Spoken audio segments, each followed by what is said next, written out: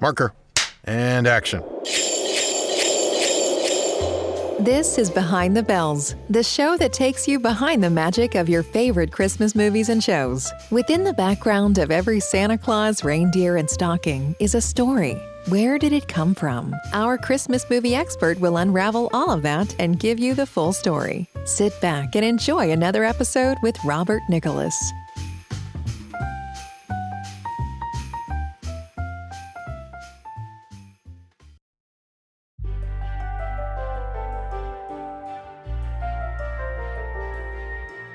Merry Monday, everyone, and welcome to Behind the Bells. I'm your host, Robert Nicholas, and I'll be taking you on another one-horse open sleigh ride into the world of Christmas movies. In our past two editorial episodes, we have covered different Nickelodeon specials. The first one being Doug, which itself is a personal favorite of mine, and the other one being the set of Rugrats episodes, which were my favorites when I was around 10 years old, but as an adult, they're nice enough as its own thing for kids. So, for today's episode, I thought that we'd do something a little more controversial. Yes, it is time to go into what is just not only one of Nickelodeon's most popular shows, but also the most infamous due to its history and the people running it. This is Ren and Stimpy.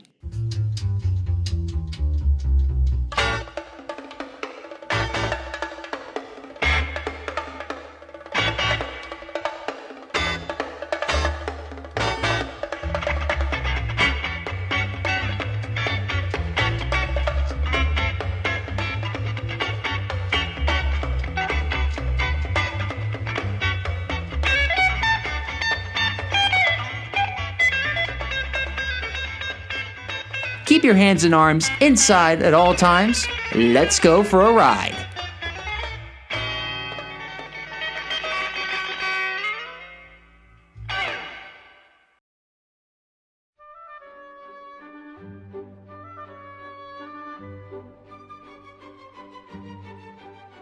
If you're a fan of Nickelodeon, or just happen to be a 90s kid, chances are you already know what Ren and Stimpy is. If anything, Ren and Stimpy was not only one of the perfect cartoons to make its debut on Nickelodeon, it was also probably the one cartoon that would kind of help give Nickelodeon its own identity compared to the other network channels that would air its much more safer content.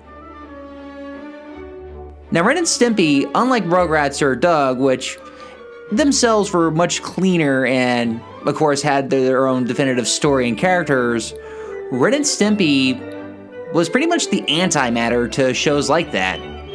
Ren and Stimpy was the kind of show that, if anything, was probably the most artistic something like Nickelodeon would ever produce, at least for the 1990s. So I really shouldn't be asking what Ren and Stimpy is about, but more or less matter just what is Ren and Stimpy? The best way I can describe it is that the show focuses on our two leads, a dog and a cat. Ren, a socially and mentally unstable chihuahua with the voice of a Peter Lorre type persona coming out, voiced by show creator John Kricfalusi.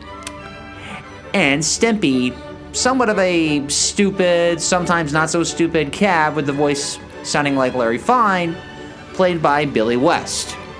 Each episode tends to focus on essentially whatever it is they want, what kind of job they're getting, or where they're going. The show really has no rhyme and reason to their age, situation, relationship, or just even whether they're even within our own dimension practically. If you can't tell by now, Ren and Stimpy itself doesn't even really operate on any kind of sense of normality. It is the definition of absurdist comedy. And not just that, but absurdist comedy in major bad taste.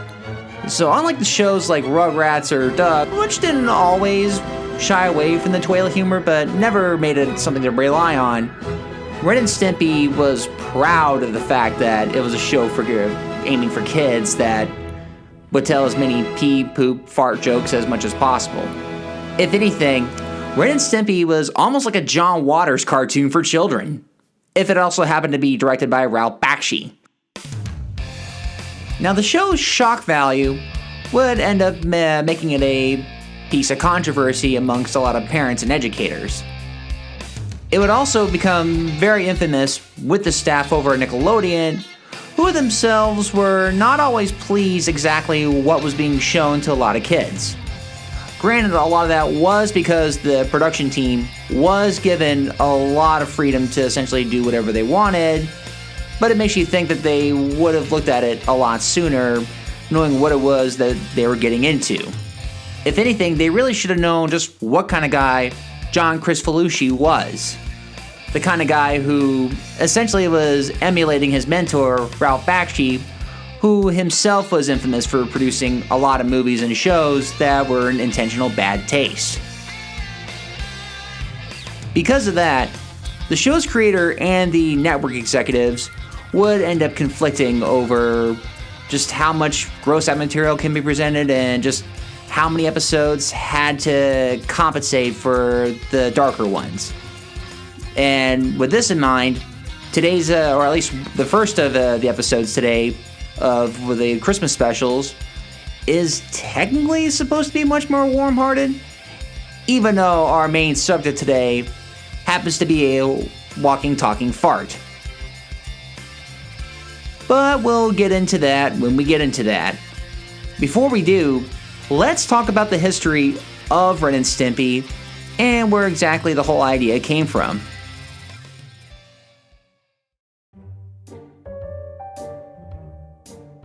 Ren and Stimpy got their start at around the same time that Nickelodeon had made the decision to transition from showing reruns of older cartoons and producing a lot of their own content. Now, of course, Nickelodeon still didn't have their own animation studio just yet, and were relying on animators that already had their own studio and at least had their own ideas for what could be on their own kids' network. Now, John Kricfalusi had already been in the industry for a little while, having worked under Ralph Bakshi on the revival of the Mighty Mouse series, and an ABC show that at least gained him a little more credibility. When Nickelodeon approached him to pitch a variety of shows, one of them was actually not a Ren and Stimpy show. If anything, the Ren and Stimpy in question weren't even the main characters on the show that was pitched.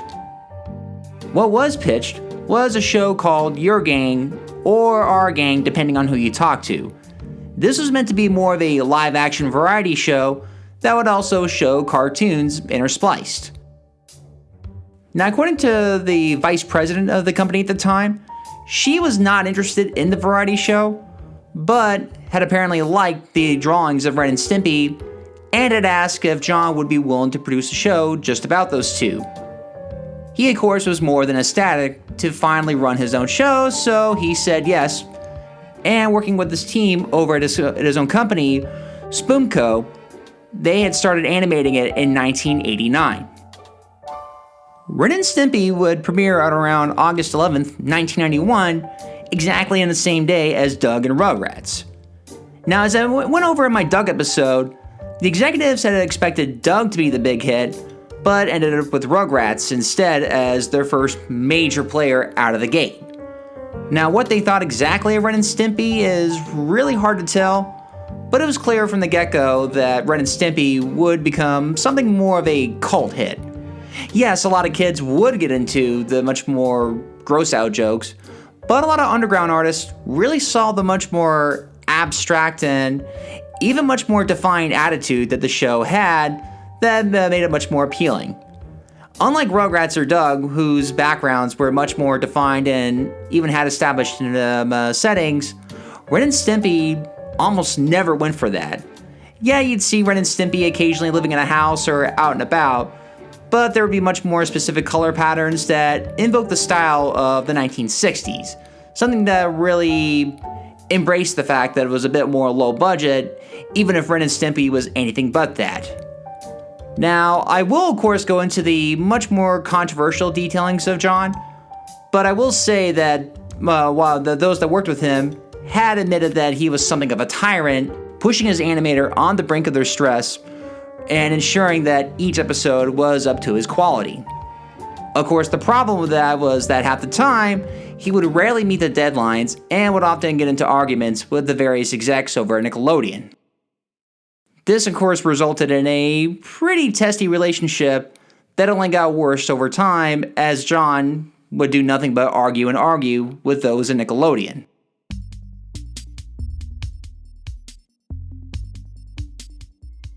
Now, as the show was going into its third season at around 1993, John would eventually be fired. After failing to meet the deadlines multiple times, they just couldn't rely on him anymore to successfully deliver the rest of the series. And not to mention, they really wanted to dial back on the gross out humor just so that it would be a lot easier to re-air the show once it had ended. Along with John getting fired, he had also hoped that a good chunk of the staff would walk out with him, and some did, but Billy West was not one of them. If anything, Billy West got to take over for the role of Ren, meaning that the one actor would voice both characters. And during the same time period, while the episodes themselves were certainly nowhere near as dark or filled with as much gross out humor, it still carried the same sense of humor that, if anything, I got a kick out of. And it was also during this time that they would produce a second holiday special. This one, I guess you could call this one the safer option that Nickelodeon was more or less looking for in the first place. But it was also probably the most on-Christmas of the holiday specials. But again, I'll get into that as soon as possible. So, with that being said, what was my personal history with Ren and Stimpy?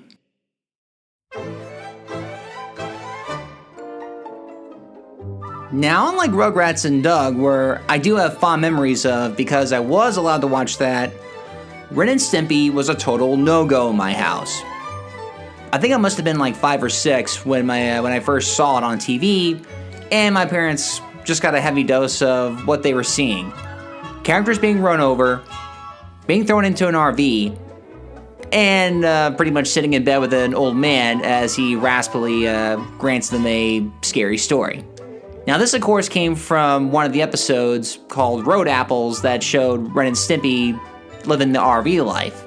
And granted, while this is certainly not the darkest episode I could have been exposed to, much of the imagery and gross out scenes were enough for my mom to wrestle the remote control out of my hand, change the channel, and pretty much flat out tell me, "You are not watching this." End of story. Now, that didn't necessarily mean I would never catch the show. If anything, this meant that I had to go to my friend's house to watch it. But even with that in mind, as a kid, Ren and Stimpy was never exactly my favorite. I mean, it was a show that I never really minded watching, but it was rarely an idea. I think at the time, even though I was into the gross out humor, I guess I just didn't really get just how dark the whole show was. I never caught on to any of the sexual innuendos, nor the implication that Ren and Stimpy were a homosexual couple. Which, now I would care less exactly if they were or not, but still, it's something that still could have ruffled a few feathers back in the early 90s. So there was a bit of time where I wasn't really seeking to watch that much Ren and Stimpy, but it was around high school when, as soon as other people I knew would just talk about how funny and just crazy that show was, I again decided to seek it out. Only this time not on TV, but DVD. It was around the early 2000s when a lot of old TV shows from the 90s were finally making their debut on DVD as the entirety of their first seasons, or perhaps the entire series. As soon as I saw that the first season of Ren and Stimpy was finally available, I put down my money, took it back home, and popped it on to see exactly what it was I was missing. If anything, this is a show that I certainly love a lot more now that I'm in my 30s. I've grown to really appreciate the style of animation. I've grown to appreciate the use of its music, which, interestingly enough, uses a lot of stock music, very rarely making their own music on site. In fact, if anything, perhaps that one famous song of theirs, Happy Happy Joy Joy, maybe one of the very few things that was even composed for the show at all. Hello, boys and girls. This is your old pal, Stinky Whizzleteats. This is a song about a whale. No! This is a song about being happy. That's right. It's the happy, happy, joy, joy song. Happy, happy, joy, joy, happy, happy, joy, joy. Happy, happy, joy, joy, happy, happy, joy, joy. Happy, happy, joy, joy, happy, happy, joy, joy. Happy, happy, joy, joy, joy. I don't think you're happy enough. That's right. I will admit that story is probably the least thing I should comment on, because stories really play zero to no part, since narrative rarely ever even does anything for the show.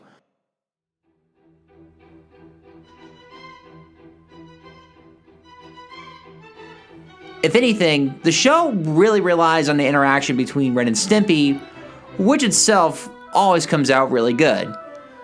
Now, given the ambiguity of their relationship, you never know if they're going to love each other one scene or attempt to kill each other in another scene. While it's not as black and white as something like the Itchy and Scratchy cartoons in Nickelodeon, Ren and Stimpy certainly had the exact kind of dynamic, thanks to its tone, which, given that it's intentionally in bad taste, you never know whether they're going to hug each other or try to kill each other. You know, one scene they could be walking through the desert trying to find help, in another, they're suddenly scientists performing experiments on each other. In one scene, they could be rubber nipple salesmen, or in another scene, they could be firefighters dealing with a fire chief captain who's absolutely nuts. So, it's certainly the easiest to say that it's definitely an acquired taste kind of show. My recommendation is to check out just one episode, or maybe even these Christmas episodes, to kind of give yourself an idea on whether or not you're really going to love the show or really going to hate it. You can never tell with exactly some people, but I'd expect those that are really into animation are really going to like this, while those that are seeking out much more of a narrative story are really going to despise this. With that being said, let's go ahead and talk about the very first special, Son of Stimpy.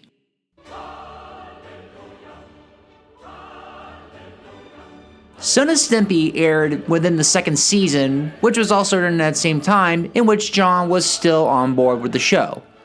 Son of Stimpy, as I've said, was considered one of the heartwarming episodes to compensate for the more gross out ones, but again, our subject and focus is a fart.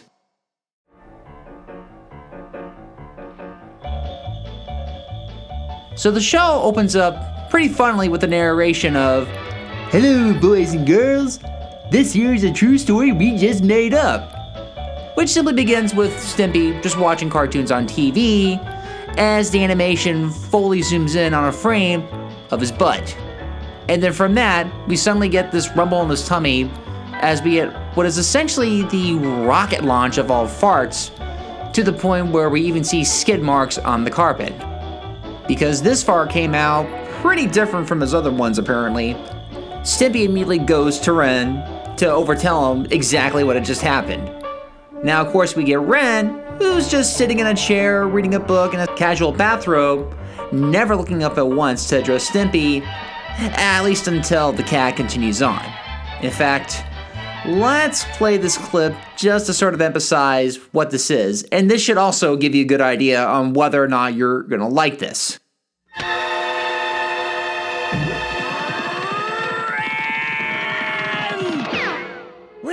Ren! You'll never believe what happened! What happened? Something came out of my butt! That's nice, Stimpy. Something came out of your butt. No, Ren. I'm serious. And not only that, it made a sound. Let's see if I got this straight. Something came out of your butt, and it made a sound. And it smelled funny. You really lost it this time. You've lost your mind. Something came out of your butt. It made a sound, and it smelled funny. Yes! You're an idiot. Now, obviously, Ren sees this as nothing more than Stimpy's stupidity getting out. Yet Stimpy remains undeterred and decides to go out just looking for this little fart that he's dubbed Stinky. He searches everywhere, including the bottom of the piano bench, which of course zooms in on little itty-bitty boogers that have been, well, lodged in there. To the point where even those boogers start talking, with one of them even saying, "He talks to farts, man," as if to indicate that the boogers themselves are of a higher class than farts.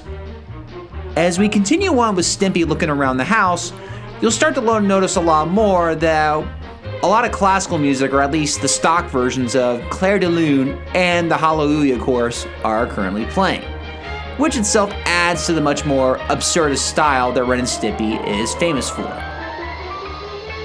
As Stimpy continues to look, but ends up later in a depressive state, we find from Ren that Stimpy had been moping around the house for over 3 years. Now, this little chihuahua does everything it can to try to cheer up Stimpy, including at one point getting on top of the litter box, which is probably one of the very rare instances where we actually do see Ren standing on all fours. Which, of course, no matter what he does, Stimpy simply responds, "I don't care," or he has to indicate that nothing in this world is going to make him happy unless he reunites with his Stinky. Now, of course, not too long after this, we do cut to the window where we do get a revelation that Stinky is real. This itty-bitty brown little cloud just floating around as he sadly looks in, yet for some reason never manages to knock on the window, but decides to remain upset and just float away. Ren continues to do everything he can to try and cheer up Stinky, and at one point even brings up that it is the Christmas season, and there is even a bit of mistletoe in the air, in which Ren gleefully and maybe even a tad romantically gives Stimpy that look.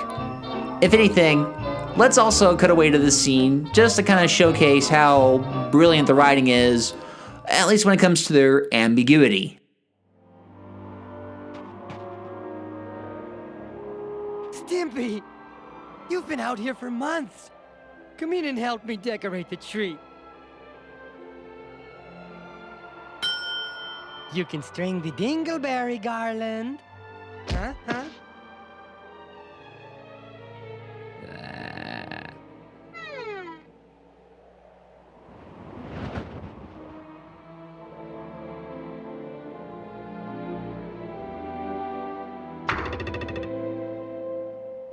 Hey, Stimpy.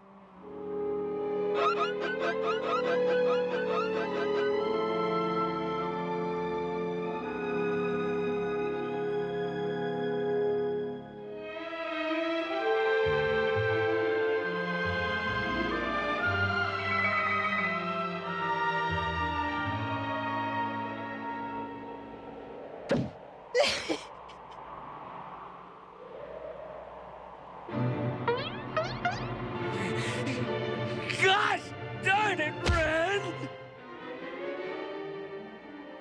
That's all you can think of! When poor little Stinky's out there in the cold. Lost. Alone.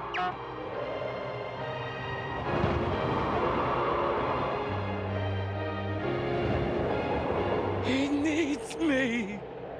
He needs me. Stimpy, no! Come back!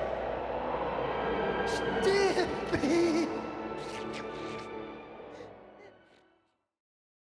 Now, it's no surprise that this is the first time we even really get the feeling that this happens to be a Christmas special. This is about within 10 minutes within the special to even indicate that this even has anything to do with Christmas. Stimpy, on the other hand, still won't hear of anything of it, And because he's even offended by what Ren is suggesting to ignore Stinky, he finally decides to go off on his own into the major city, which happens to only be dubbed Naked City. He ends up looking around the various streets, gutters, and at one point even finds a street corner Santa Claus to look into his butt to see where Stinky is. Of course, thankfully, we do not get really a shot of what the butt crack is, but it's more or less Stimpy just gleaming into that pair of pants, just yelling out for Stinky. Now, I don't know how long he's out there for, and again, neither does the show even care, but we do get a nice shot of Stimpy's feet going from potato sacks to dried and bony, and even the ice cubes, just to at least indicate that it is still in the winter landscape. At one point, I do start to feel bad because he does almost come across Stinky again. It is around the time in which Stimpy ends up getting run over by a car, looking for his precious little fart. For a bit, we actually do focus just a little more on Stinky as he's roaming around, floating in the city, and at one point, at this one point, even floats into a homeless person's butt crack, hide from the shelter of the cold. This, of course, doesn't last too long, as we pretty much get in another quote in which one of the homeless people yells out, "Gee ropes, somebody light a match!" To which at this point he flees away, but we don't see him again.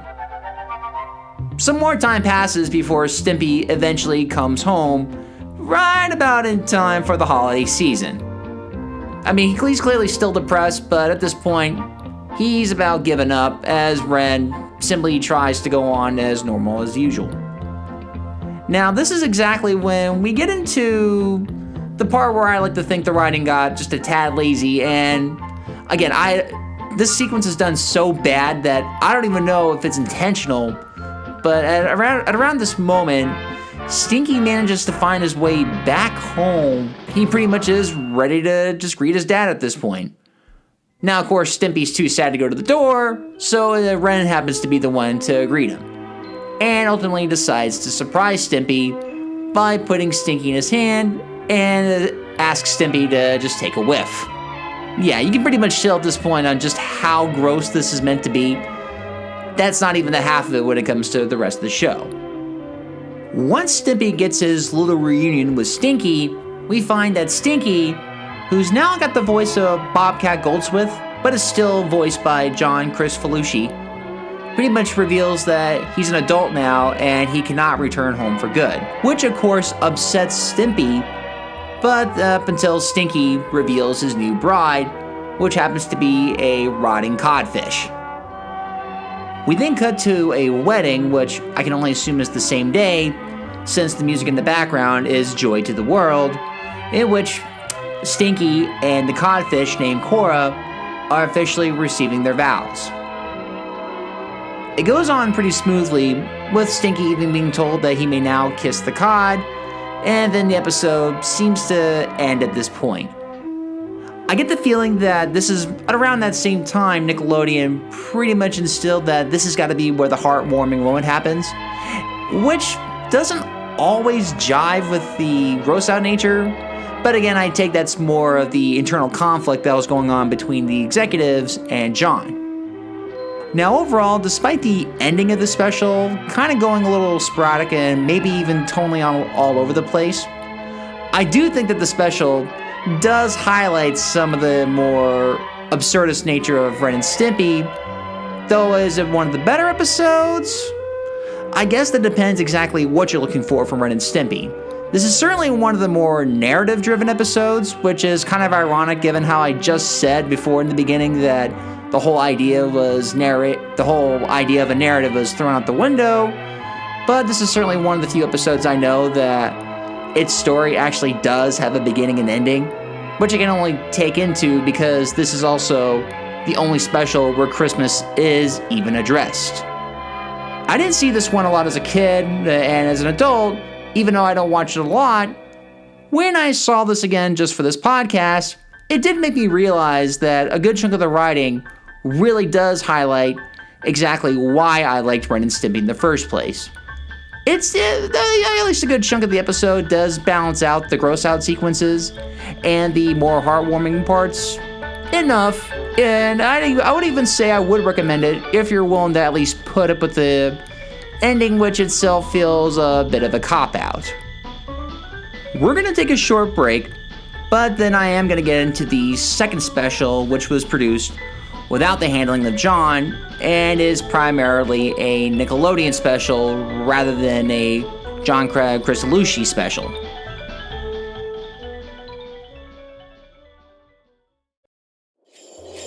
And now back to the show with our Christmas movie expert, Robert Nicholas. Okay, with our next episode, we are now getting into the era without John. So for our episode, we have a scooter for Yaksmas.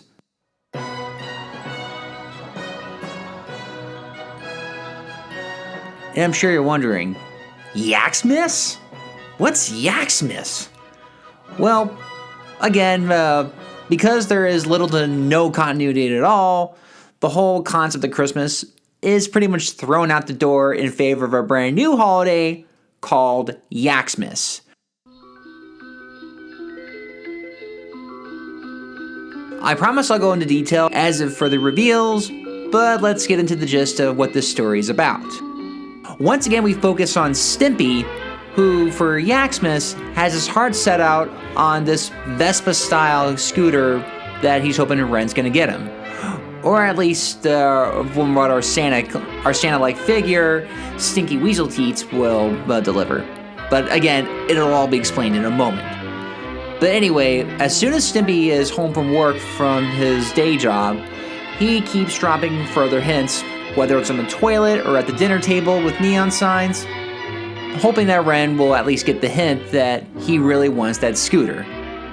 Now, this scene should also highlight the fact that now that a totally different studio is handling the animation here, Ren and Stimpy seriously got a bit of a budget cut. I'll note too that A Scooter for Yaksmas was aired much closer towards the end of the whole series run, to which at that point, I doubt Nickelodeon even cared exactly what was going into Ren and Stimpy. Because if anything, which again I'll reveal once I go into further detail on John himself, I think they wanted to isolate themselves as furthest as they could from Ren and Stimpy. Stimpy continues to drop hints, and again giving him the reminder that it's Yaksmas Eve, as we quote, "Why, Ren, don't you know, it's Yaksmas Eve, the shabbiest day of the year." To which, through a song sequence, we pretty much get our whole idea of the essentials of Yaksmas, including, instead of a Christmas tree, a Yaksmas stump. Instead of stockings on the wall, long johns hung on the wall. Instead of Christmas lights, junkyard decorations. And of course, instead of Santa Claus, we have Stinky Weasel Teats, who comes right out of the toilet and delivers sausages and pre-chewed gum. But again, there's also hope that he might actually deliver actual presents. In fact, because this song is going to explain it better than I could, because I probably sound like an insane person, here's exactly the full meaning of Yaksmas.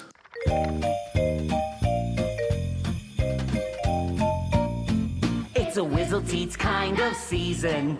It's a special holiday.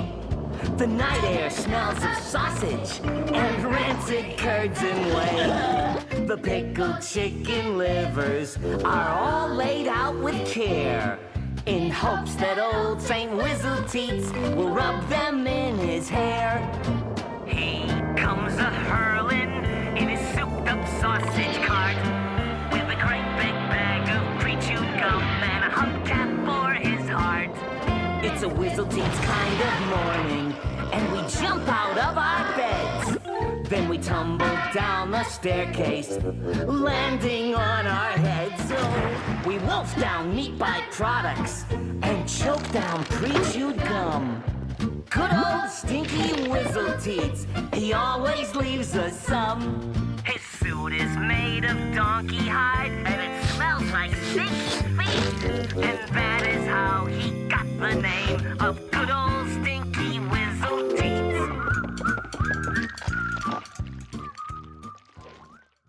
Now come the next morning, The two eventually open up their gifts.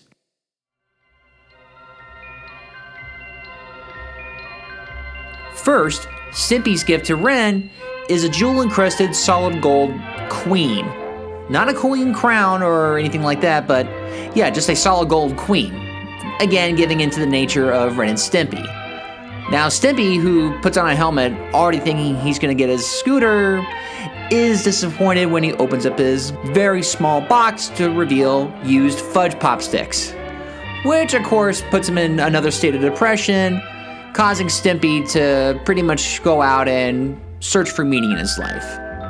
Now, wandering past the stores, he comes across the scooter that he was hoping to find that morning. Through another series of weird events, the scooter ends up in his possession and Stimpy ends up hightailing it out of there, which also makes him the most wanted person in the world. In fact, just to add real insult to his injury, on national TV, Ren doesn't even bother helping his buddy. He just flat out tells him that Stimpleton J. Cat, which apparently is his real name, is heading towards this direction and you should find him at this exact location, which again is hilarious considering how the show's absurdist style even puts their relationship in a bit of a abstract flux. Now, after a nightmare sequence in a court, Stimpy Fine decides to take his whole plight to, well, not the North Pole, but the West Pole where Stinky Weaselteats is hiding in a motel. Eventually, while getting there, we do find that the motel itself is nothing like any kind of North Pole sequence you'd imagine, but essentially the shabbiest kind of motel you'd expect on those like middle of the nowhere roads where clearly stuff happens. But anyway, as Stimpy starts wandering through and finds Stinky himself, fast asleep on the couch, he ends up finding another box that was actually meant for him, a box that could fit a scooter with a name tag that even reads, "To Stimpy from Ren," which again kind of throws out the whole nature of any kind of continuity narrative. But early in the episode, the scooter had been damaged, and it just so happens that Stimpy needs a new one just so that he can go home. As he's finally overjoyed to get his gift, or sort of gift from Ren, he hightails it out of there while the police finally descend on the motel, arresting Stinky, finding the remains of the wrecked scooter from earlier. Now, of course, this is around that same time in which not necessarily the episode, but the story of the episode ends, again highlighting the similar problem that I just don't think the writers really knew how to properly end most of the Ren and Stimpy scenarios. But regardless, this is the first time we also get a glimpse of what exactly the variety show style probably would have been had Ren and Stimpy gotten their start from there instead. We then get a fake commercial for dog water, which itself is pretty funny, and I might as well play it here. Hold it, Dad. No need to cheat Fido anymore. Hey, kids, drop that dog and pick up dog water. Yes, dog water with K912, the only bottled water made entirely from dogs. It's a dog's mouth in a bottle. And we all know a dog's mouth is cleaner than a human's. Look, under the microscope, your mouth is a cesspool of stinky bacteria, while a dog's mouth is virtually filth-free, making dog water the perfect mouthwash. Thousands have turned to dog water as a refreshing drink.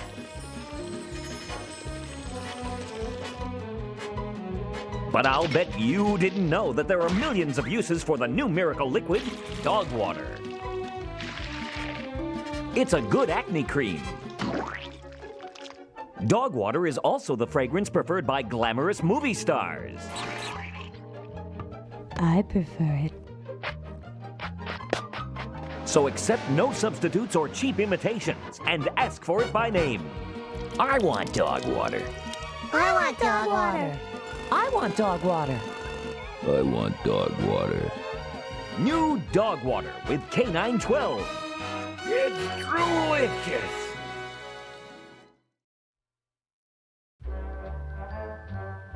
In our last segment, we do pretty much get Stimpy facing the camera, addressing the audience at home, just so he can make random things in another costume, which, to be fair, is also pretty funny, and not a bad way to end the show itself, because as time would show, this would end up being the final official episode of Ren and Stimpy before it finally ended sometime in the mid-90s.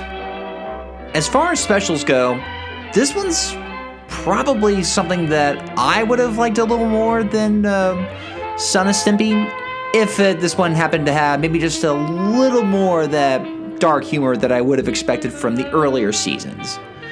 Overall, I'd say it's pretty good.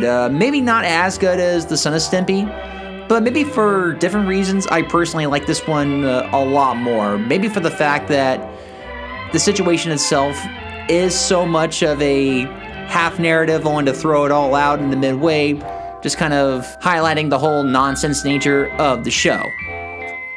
Though if I were to watch Ren and Stimpy again just for the holidays, chances are I probably would have picked this one over the first one.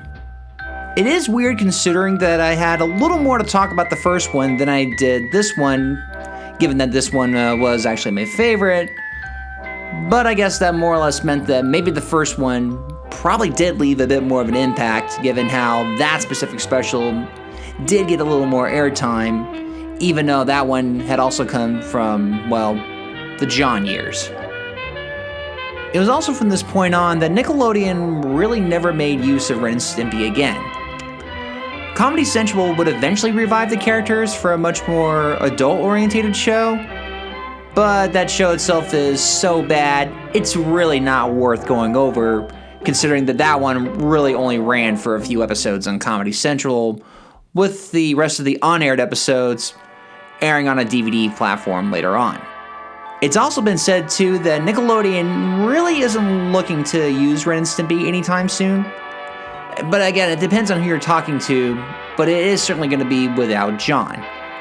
Now, for those wondering exactly what went on behind the scenes, trigger warning, I am going to go into some of the darker details on exactly what had happened, so if you got little elves in the room or really don't want to hear the story, I would suggest stopping it now and then maybe coming back next week for the episode. But otherwise, let's talk about it.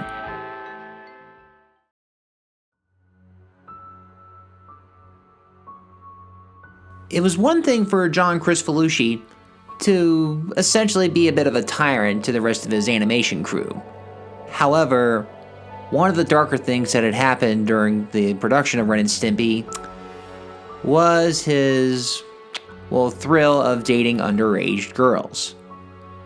You see, a good chunk of them, primarily aspiring artists, had written to him while seeking out his advice about how to get into the industry. John would not only write back, but for a good chunk of them, he would actually invite him back to LA to come live with him and intern on a show. Some of these girls were as young as 14 years old, but for the most part, it remained one of those open secrets within the industry and exactly what John found attractive. He would continue having them work on the show up until he would grow tired of them and either let him go or have him transferred somewhere else so he can continue talking to the next girl.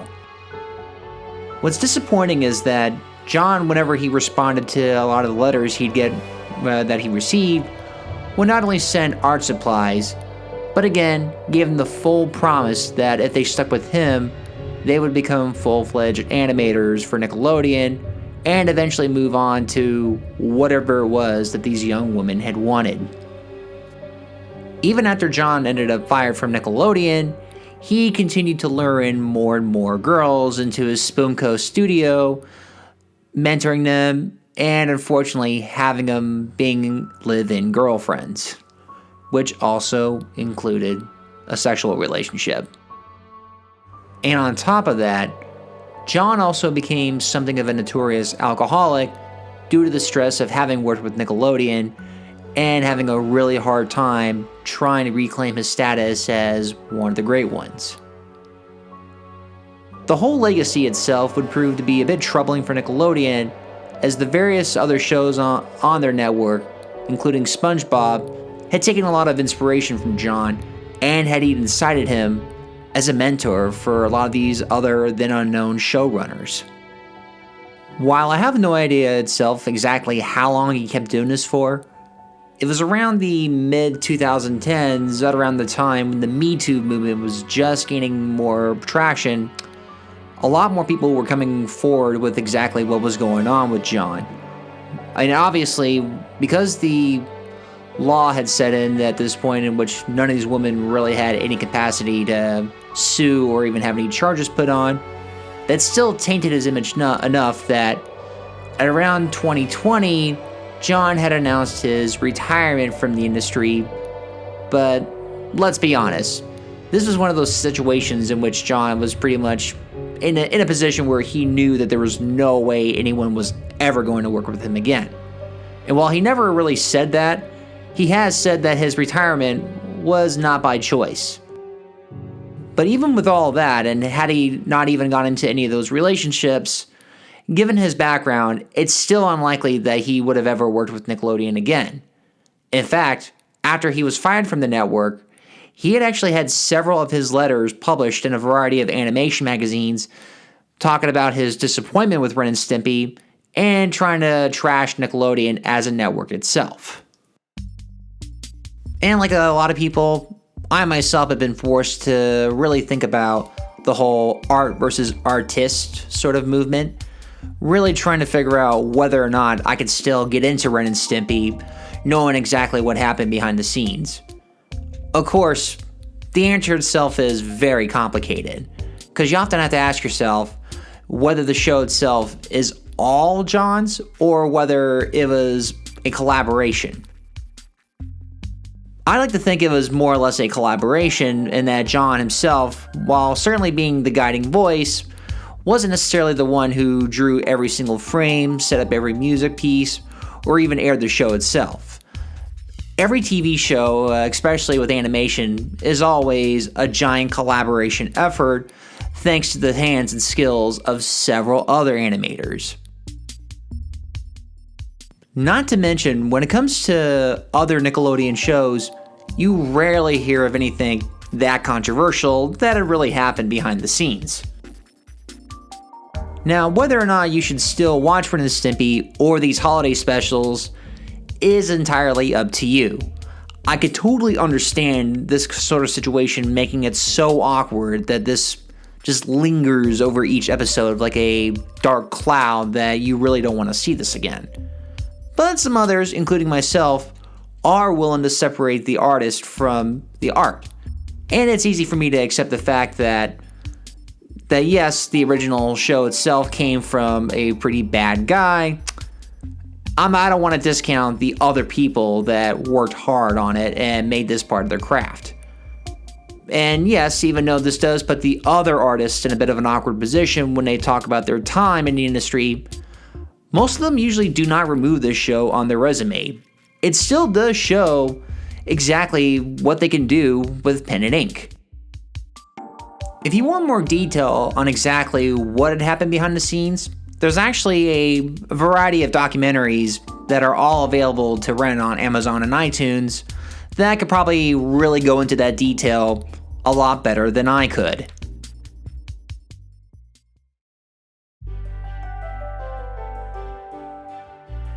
Despite its dark past, Ren and Stimpy still paved the way for the modern world of adult animation.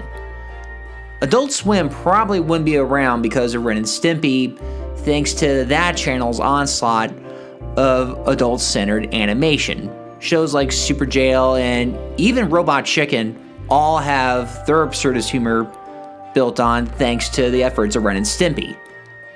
Had Ren and Stimpy been put out today, I cannot imagine a scenario where Viacom would ever be interested in picking it up for their kids' network. Because when you really look at it, Ren and Stimpy may be for kids, but it's also not for kids. It's always going to be seen as a show that really wanted to appeal to two specific categories. The kids that would get into that, and the underground cult crowd, mostly primarily being adults, that really honored the animation style and the hidden innuendo of the situation.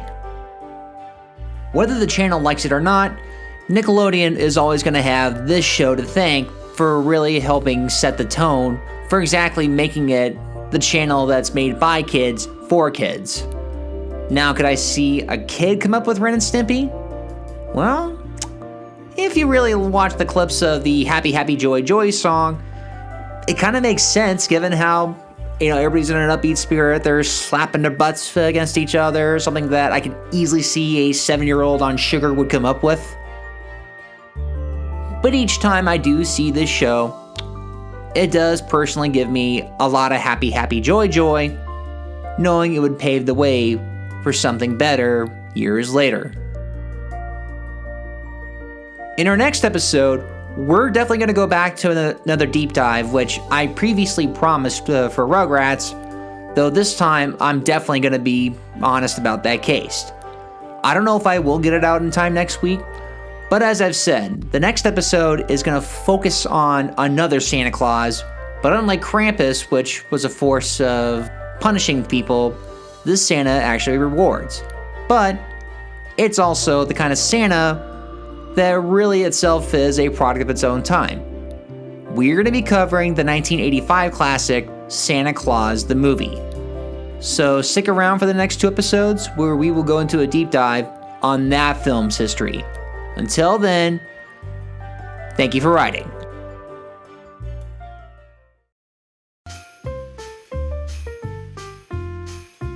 Thank you for joining us on this sleigh ride into the magical world of Christmas movies. Check us out for weekly rides into your favorite Christmas classics and their histories. Be sure to give us a positive review on iTunes if you like what you heard. And don't forget to follow us on social media on Facebook and Instagram for updates and special news. Consider subscribing on Patreon in order to help keep the show going and to gain access to some special gifts not available to the public. Merry Monday to all, and to all a good night. See you next week. Cut. Okay, everybody, that's a wrap.